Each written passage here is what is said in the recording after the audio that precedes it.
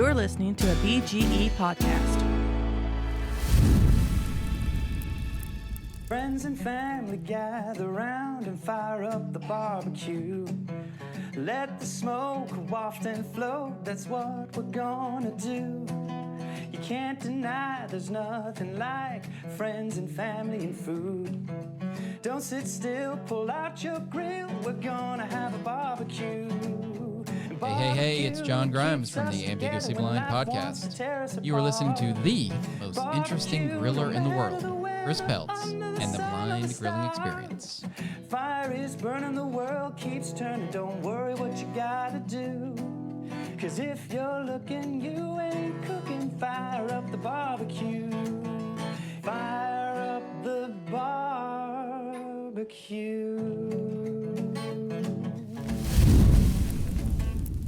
Welcome back to another episode of the Blind Grilling Experience. Folks, we got several things that we're going to be talking about today. A couple of corrections, I guess, I need to make from this past Wednesday's episode, at least the little my story that I did on the farm fresh eggs. I'll get into that in just a minute, but also want to once again, just say hello to all the folks out there in Colorado on the AINC Audio Information Network of Colorado network. Got us on their phone system, so you don't even need to have internet service. They've got a phone number that you can dial up, and you can follow the prompts and listen to various podcasts, including this very podcast, Blind Grilling Experience, right there on their phone system, which is just awesome. It's a great service that they're offering, and a lot of great podcasts that are on that as well. So we'll try to have that information in the description, as well as, of course, we've posted it on our Facebook when it comes to the Blind Grilling Facebook page. And so we'll try to help get that info out there. If you want to share it with folks who maybe don't have internet service but would love to listen to podcasts and would love to listen to Blind Grilling Experience, they can do so right there on that network. We're going to be talking about beef ribs a little bit today. I want to get into that, especially with the in the middle of summer, a lot of folks are going to be throwing some beef ribs down. There's probably been a bunch of sales and stuff, but I've been having a lot of questions. Folks have asked about how to do beef ribs, so we're going to get into that. But before we do, I do want to make a correction on something that I said and posted, and it was harmful enough, and really it at one time was true, but some things change. Things change over time, for sure. But I pointed out that the United States is one of only 2 countries that refrigerate their eggs. Well, somebody had commented on one of the posts that I put out for the podcast, and they actually said this is absolutely not true, but I was close. But I guess enough I can make a correction. I looked it up, and there are actually 4 countries that require that eggs be refrigerated: Japan, Australia, and the United States are the main 3, and Scandinavia. And so those are the 4. Now, there are other countries where you can buy eggs that are refrigerated, but I think someone else commented that in the Philippines, for example, there's both. They have some that are refrigerated and some that are not. But when it comes to the whole process and government oversight and all of that, it would appear that there are 4 countries that refrigerate their eggs. The UK, over in Europe, they do not. South America, Mexico, they do not. Central America, they do not refrigerate their eggs at all. And so anyway, the little bit of correction on that, instead of 2, there's only 4. But when you consider all the countries in the world, it is the exception rather than the rule. So with all of that said, let's talk about some beef ribs today. KickashBasket.com for all your grilling accessory needs. Check out their heat-resistant gloves, their charcoal management basket to improve the airflow and the fire control that you have in your charcoal grill, as well as the Kick Ash cans that help with easy cleanup of all the ashes. They've got the J.J. George grill torch, as well as some rubs and seasonings and other items that make grilling not only easier and a lot more fun, but also some great gifts if you want to share the love with some folks out there. Go to and use the link in our description for kickashbasket.com and tell them Blind Grillin' sent you. Beef ribs is something that I think a lot of folks are interested in doing. They have a couple of various names. Probably one of the most popular is brisket on a stick. And I love that name, talking about brisket on a stick. And one of the reasons folks use that as kind of a description isn't just because you've got this bone you can hold on to, unless they're little, sometimes you got them where they're cut and you don't necessarily have the handle on it, but sometimes you do. Sometimes you got this big long rib bone sticking out, with the meat hanging off of one side. And they refer to it as brisket on a stick because the way you cook and the texture of the meat and the way you go about it really, in my experience, the best way to do beef ribs is to treat it like a brisket. They can be easy to dry out. And so if you're going to be putting them on the smoker, again, you're basically going to be seasoning them up just like you would a brisket. You're going to put them on the grill, at the same temp, and give them about 2.5 to 3 hours before you wrap them. Get that bark to set.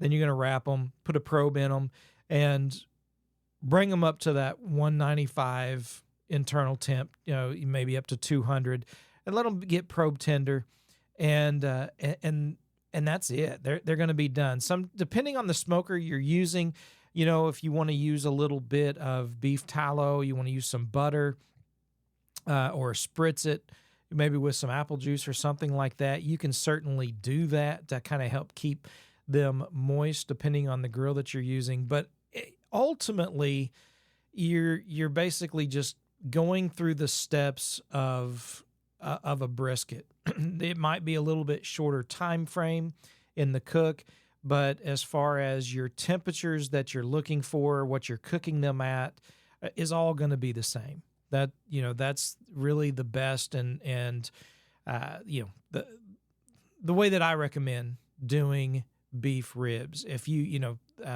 bigger, the better, of course. And they're awesome. Man, folks are going to absolutely love them. When it comes to seasoning brisket, when it comes to seasoning the beef ribs in and of themselves, I get a lot of questions about that also. And there are a lot of great rubs that are out there. We've got, folks that we have had on the podcast, Mikey K from Fire Smoke Barbecue Company, who's got a great, 6 corners brisket rub, which is awesome. You've got Lane's Barbecue, which has his, brisket rub. You've got, Meat Cherry. I mean, there's all kinds of rubs and seasonings that are out there. But ultimately, I find that for those who want to keep it simple and want to, not necessarily go chasing after a whole bunch of different seasonings and brands and all of that, if you're willing to put in the effort to grind your own pepper, then fresh cracked pepper and coarse ground salt, that's your best bet. Just 50-50 or maybe 60-40, 60 pepper, 40 salt. That's my favorite. A lot of folks like it 50-50 when it comes to the salt and pepper ratio. Maybe a little bit of garlic powder in there if you want. And a lot of times you can find some of these all-purpose rubs or the classic rubs where that's pretty much all it is anyway, is pepper, salt, garlic. Sometimes it's SPG. Usually they put in order the ratios. Like if it's at salt, pepper, garlic, that means that more than likely there's more salt than pepper. If you can find one where pepper is first, if you're not going to grind it yourself and do all of it yourself, then you look for one that has pepper first. And I think I think it does a lot better, not only for putting a nice bark on the brisket or on the beef ribs, but it's something that is just it just goes so well with beef. I mean, salt is going to be great. You want to have the salt, but I really like the pepper flavor, and that's where it can add a little bit of heat. But you can adjust things for personal preference when it comes to that. But I would start with a 50-50 mix of the fresh ground cracked pepper and coarse salt, and go from there, whether it's a sea salt, a kosher salt, something like that. Add a little bit of garlic powder to taste. You can throw in paprika if you want, but that's where I would start when it comes to the seasoning. And again, if you can do it on a smoker, then that's the way I'd start off, at about 275 degrees for your pit temp, and let that rib go until it hits that 165 to 170 internal temp. If you got a meat probe to go ahead and put in, and once it does that, I would wrap it. I would absolutely wrap it. And, again, you can add some duck fat, you can add some beef tallow, you can add some butter if you want, if you're worried about it drying out. But if you wrap it and it's on a ceramic grill, it'll probably be fine. If you're on some other type of grill, I might add some kind of liquid in there with it to keep it from drying out. And then just get that internal temp up to between 195 and 200 degrees on those ribs. And again, make sure it's probe tender, and you'll be good. You will be absolutely good.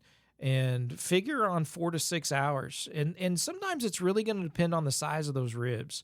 Some folks get them where they're kind of short, they're a little, not very big at all. And others get them where they're just, huge chunks of meat on the bone. So that, because I don't know exactly what they've got, the folks who are asking about the beef ribs, the best way for me to instruct on that is just going to be to follow the temperatures. Put a probe in it from the very beginning, and then just kind of learn how your grill cooks them, and how long it takes to get whatever size you've got up to about 170 degrees internal temp, give or take. Wrap it and bring it up to close to that 200 degrees internal temp, and look for probe tender.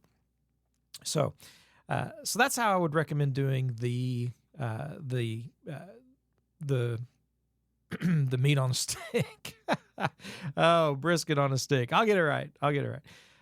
So anyway, man, we got a lot of exciting things that are happening all together here at Blind Grilling. We have begun to post the podcast on our YouTube channel and on YouTube Podcast. And so, for those who maybe aren't as big into the podcasting, apps and things like that, which I know there are some folks out there that like that, but they really love going to YouTube and listening to things on YouTube and YouTube Music. They've set up their whole podcasting deal. And so you can find Blind Grilling Experience now on YouTube podcast. And so you can also go to our youtube.com/blindgrilling and find us right there, posted directly on the page, and listen there as well. Some other exciting news that we are working on some great guests that I think we're going to have come on. I do want to, again, kind of walk through the instant read and the leave-in thermometers and probes, because that is another big question that has come up recently. In fact, just as I was getting ready to come and record this particular podcast, I got a text from a listener and friend up in New York, Walter, who sent a message asking about the Meter Plus probe. And then, of course, on Facebook, there's been lots of questions about meat probes here recently, as well as the emails that I've been getting. And that Meter Plus, I just can't, I can't recommend hardly anything else. I mean, it's really working for me. I'm really enjoying it. I really like it. I do want to say very clearly that if you're looking at getting a leave-in probe that you want, and it's, that's not wireless, but you can leave it in, whether it's in a grill, smoker, or in your oven, the Meter Plus is great, but do not, N-O-T, do not get the Meter Block. The Meter Block at this point is still not accessible. And so you don't want to get that. You want to get the individual Meter Plus, and it is completely accessible from the get-go. Right out of the box, those who are blind or visually impaired with screen readers in the app on their phones can get it all set up, and it's great. It is absolutely great. I've been using it on a pork butt. I've been using it on burgers. I've used it on chicken breasts. It just works. It's been working great. So, I'm not sure about the battery life of the charging block, because it just takes like a AAA battery. And so I'm thinking I may need to replace it now after several cooks that I've used it. And so I'm going to have to double check that. But other than that, it's been great. And again, you put it in the meat, you can leave it in, and not only is it telling you the temperature of the meat itself, but it's telling you also, the ambient temperature as well. And you take it out of its charging block, and the little charger that it comes with, this wood charger that it comes with. As soon as you pull it out, it comes on, and it'll connect to your phone through the app. And when you're done, you get it cleaned up. After it's cooled off, you put it back in the wood charger, and it turns off. As simple as that. So it is becoming one of my favorite probes and thermometers. It's certainly not the only one that's out there. It's the one that I'm familiar with at this point when it comes to wireless, for sure.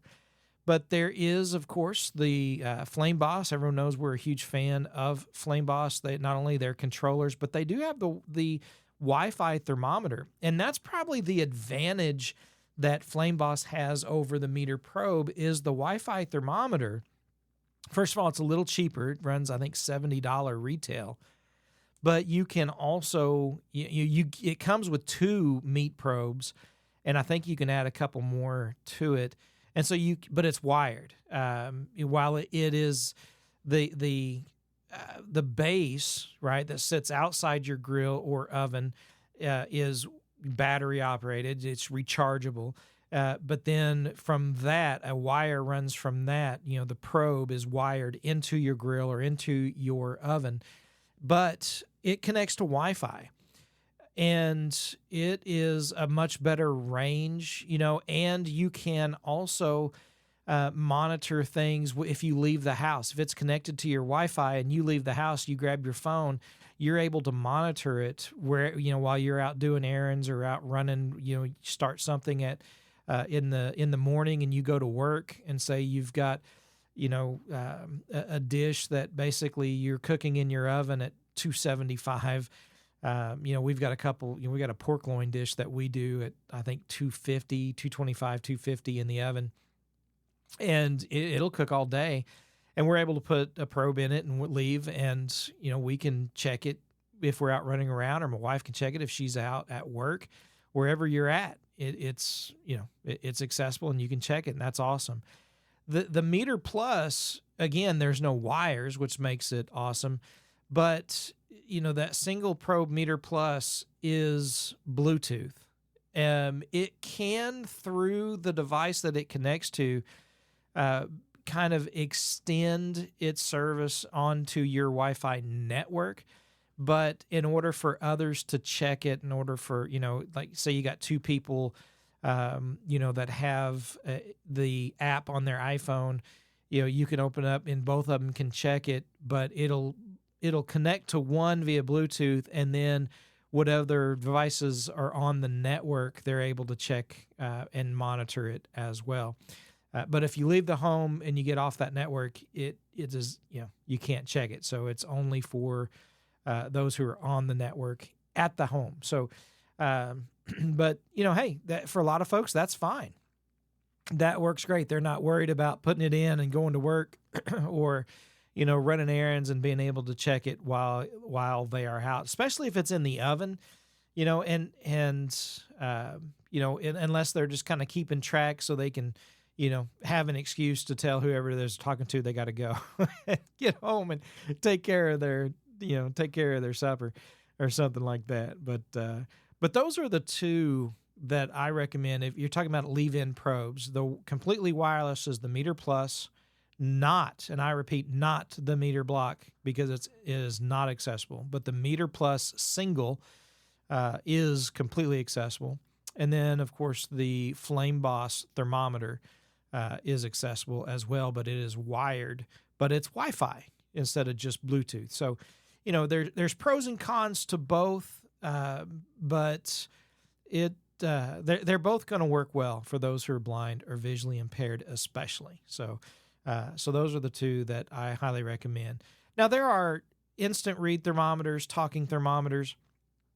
Hopefully, we're going to have Deborah Erickson from theblindkitchen.com back on with us very soon.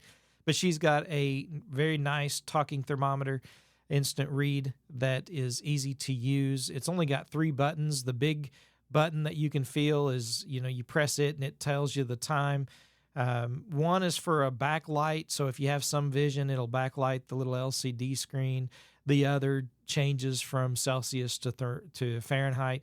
And so it's easy operation. When you pull, the probe is hinged and kind of like a pocket knife. So you open up that probe, swing it open, and it comes on. When you swing it closed, it turns off. Simple as that.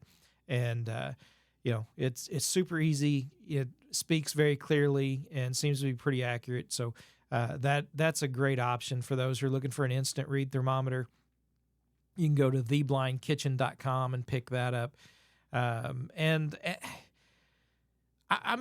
think from what I have been able to use so far, that's probably going to be one of my favorites when it comes to the instant read. I do like the ThermoWorks, and I've pushed the ThermoWorks pretty hard. It's a 1-button operation, but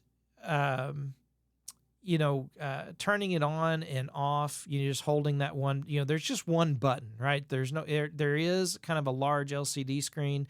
If you have some vision, maybe, your low vision, you might be able to read it. But it talks, but again, you hold the button to turn it on, hold the button to turn it off.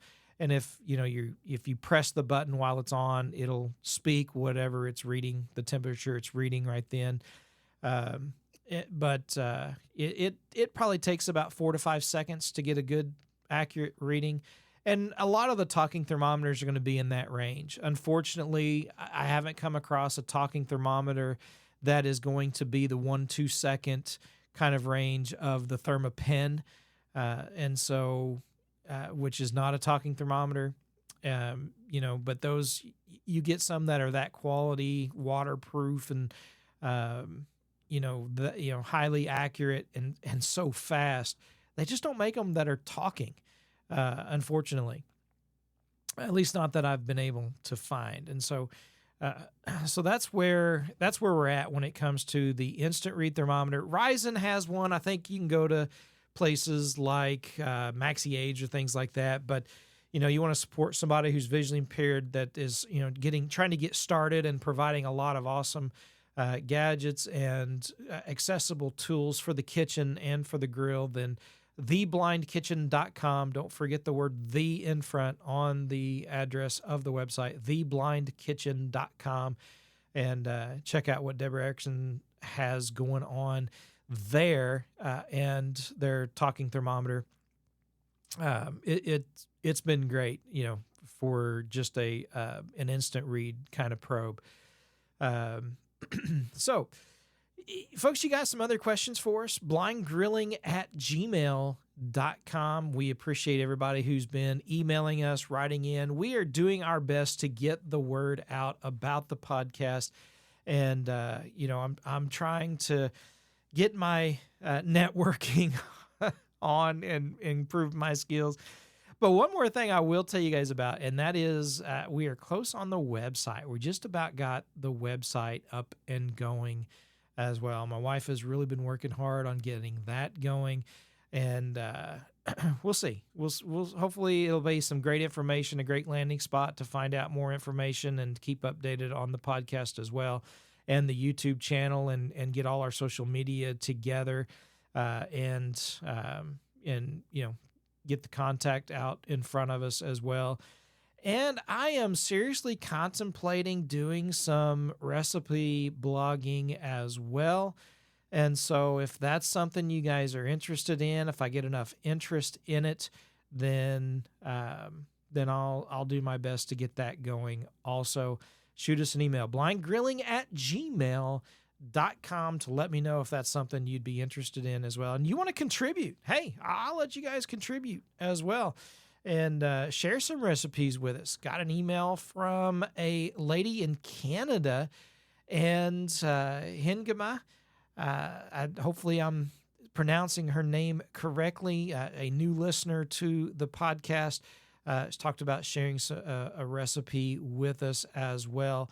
Because I did have a question, interestingly enough, about kebabs. I want to get to that, but that was one of the things that she mentioned, possibly trying to share with us. So we'll see. We'll see how that goes. Otherwise, we'll talk about kebabs, and we're going to be talking about fish on the grill next time also. So stay tuned for that. Friends and family gather round. All right, folks. Thanks again so much for helping and sharing out Blind Grilling Experience to everybody, all your friends, family, and cohorts out there. Remember to shoot us an email, blindgrilling@gmail.com. And as always, if you're looking, you ain't cooking. Barbecue, it keeps us together when life wants to tear us apart. Barbecue, no matter the weather, under the sun or the stars. Fire is burning, the world keeps turning. Don't worry what you gotta do. 'Cause if you're looking, you ain't cooking. Fire up the barbecue. Fire up the barbecue.